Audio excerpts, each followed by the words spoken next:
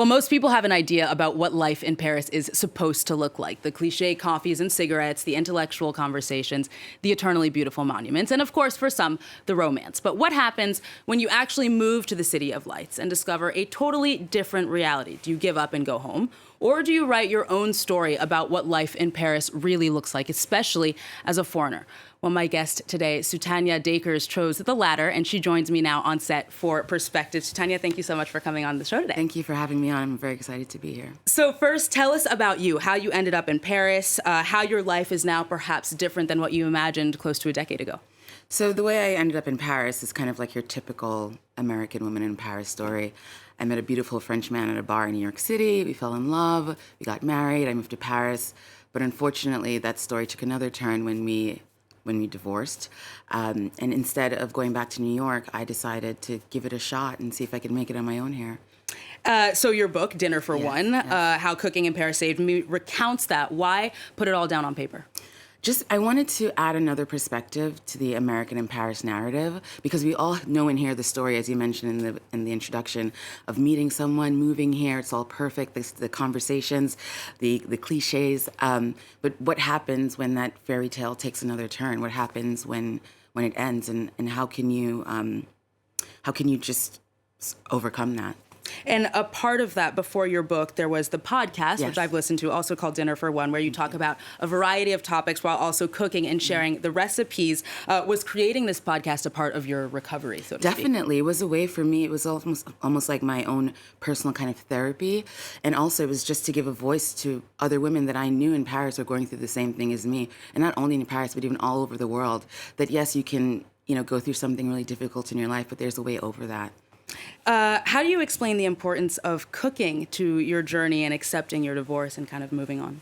For me, it helped. Cooking Dinner for One nourished my soul, not even just on like a physical, just everyday thing you have to do, but just it really nourished my soul. And also, I think as women, whenever we do something just for ourselves, it's quite radical, because we're socialized to take care of everyone except ourselves. And it was a way for me to show myself care and love and affection that I needed at that time in my life. If only we could all adopt that method.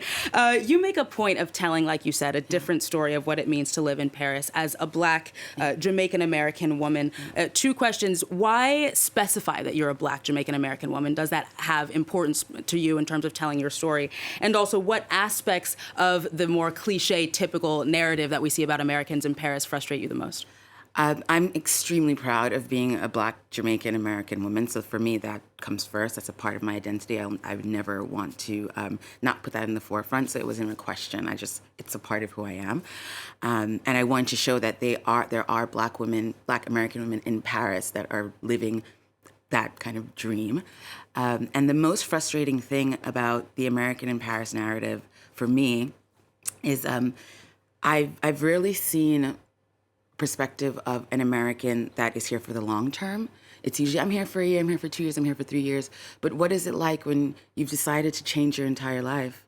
When you've decided to in some ways shape a new identity, when you've decided to become a new person, when you're already like an adult person, it's a beautiful, transformative, amazing experience. And I wish that was shown more.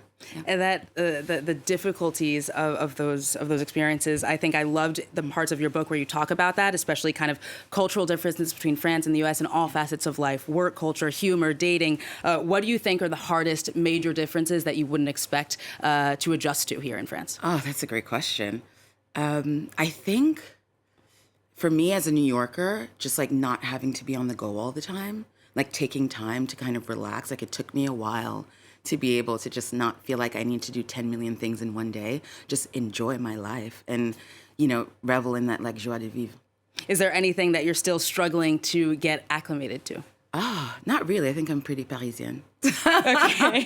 If you had to, what advice do you think you would give to your younger self or to any foreigner who moves here, be it for love or anything else? I would say just take every day as it comes. Don't judge yourself too harshly. Always, put self-care and self-love first and enjoy it, because Paris is a really great city and France is a great country, and I feel very lucky and privileged to be here and to continue to build a life here. I only ask because you talk a lot about your relationship, of course, in the book. And if you're comfortable, I think viewers would love to know whether or not your ex-husband has read the book and if he shared feedback on it. Yep, a lot of people are curious. I actually had to pass a lot of, I had to show him some parts of the book because his text messages and emails and kind of, personal things that we shared are in there. And he's extremely proud of me. I love my in-laws, and that's what I'll say. He's very proud. We have a great relationship, and he's happy that I'm following my path and I found my way in Paris. I'm sure viewers would also like to know perhaps some of your favorite recipes in the book. And also, are they original recipes? Are they all things that you have concocted yourself through this process? They're original. They're a bit of inspiration. In the book, I talk about a restaurant named Sunset in Montmartre, where I still live. So some of them are from my sunset days, my sunset era, as I like to call it. But my favorite recipes are the ones that mix kind of my Jamaican culture and my newfound, my adopted French culture. Like, So a type of food that's really famous in Jamaican culture is jerk chicken. So I do kind of a jerk canal. So it's like the French kind of mackerel canal, but with like the Jamaican jerk seasoning. So that's quite lovely. And I also love roasted chicken. It's kind of like my go-to feel good. When I really need to take care of myself, I go to that. It was one of the first dishes that I made for myself in my Dinner for One journey. So I think those are the kind of my two favorite recipes, yeah. Certainly advice, especially for non-cookers like myself, that we could all heed. Sutanya Dacres, thank you so much for coming on the show. Thank you so much for having me. I really appreciate it. Well, it